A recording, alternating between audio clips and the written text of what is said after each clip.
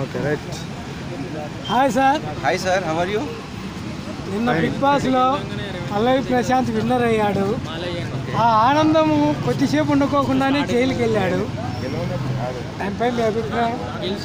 Right sir, మన తెలుగు రెండు రాష్ట్రాల ప్రజలు కూడా గమనించాలి. ఏంటంటే ఒక సామాన్యునికి సెలబ్రేట్ అయ్యే అవకాశం లేదు, తొక్కి పెడతారు అనేది.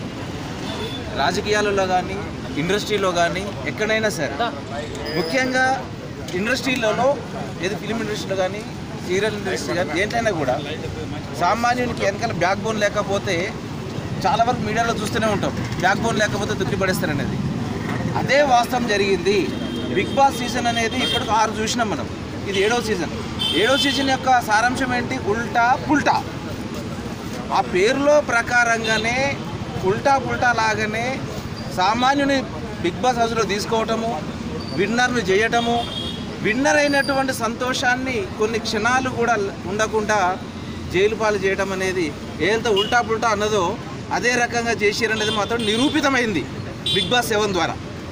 సామాన్యునికి, ఒక రైతు బిడ్డనే కాదు, రేపటి నాడు ఒక ఆటో డ్రైవరు బిడ్డ కావచ్చు, క్యాబ్ డ్రైవర్ బిడ్డ కావచ్చు, లేదా వేరే కార్మికులు వాళ్ళ పిల్లలైనా కావచ్చు, ఎవరికైనా కూడా అవకాశం వచ్చిన తర్వాత ఇలాంటి పరిస్థితి వస్తుందా అన్న భయం అనేది వీళ్ళు కల్పించారు.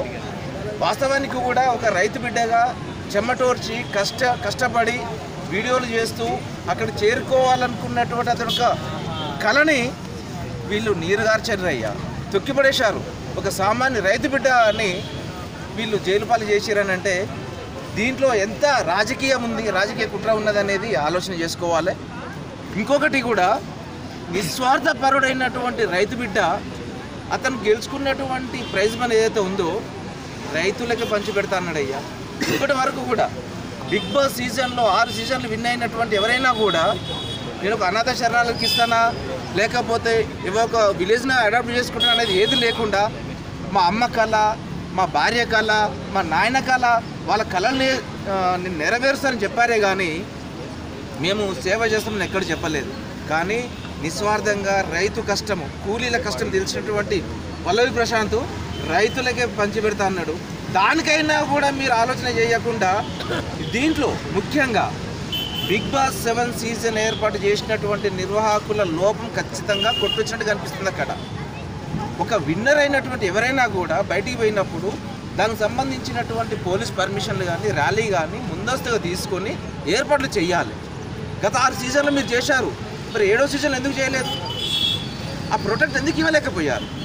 అంటే దీని మీద ఒక మచ్చబడాలి, ఇతను ఎదుగుదలను ఆపాలి, ఇతను ఫర్దర్గా సెలబ్రిటీ కాకూడదు, ఇతను ఒక ముద్దాయి లెక్క నిలబడాలన్న ఆలోచన అనేది దీంట్లో కనిపిస్తున్నట్టు అనుమానం ఉన్నది. కాబట్టి పల్లవి ప్రశాంత్కు యావత్ తెలుగు రాష్ట్రాల్లో ఉన్నటువంటి ప్రతి ఒక్క కార్మికుడు, ప్రతి ఒక్క రైతుల సోదరులందరూ కూడా పల్లవి ప్రశాంత్ పక్షాన నిలబడతారు. అది న్యాయం జరిగేటట్లు ముందరికెళ్తారు. ఇది మాత్రం వాస్తవం. దీంట్లో సెలబ్రిటీలు కావద్దు అనేసి ఒక కంకణం కట్టుకున్నారు, కానీ అలాంటిది ఏమీ కాదు. ఈ విషయంలో మాత్రం పల్లవి ప్రశాంత్ నిజాయితీగా బయటకు వస్తాడు. అతను సెలబ్రిటీ కాకపోతే ఇంకా అంచెలంచెలు ఎదుగుతాడనేసి నేను భావిస్తున్నాను.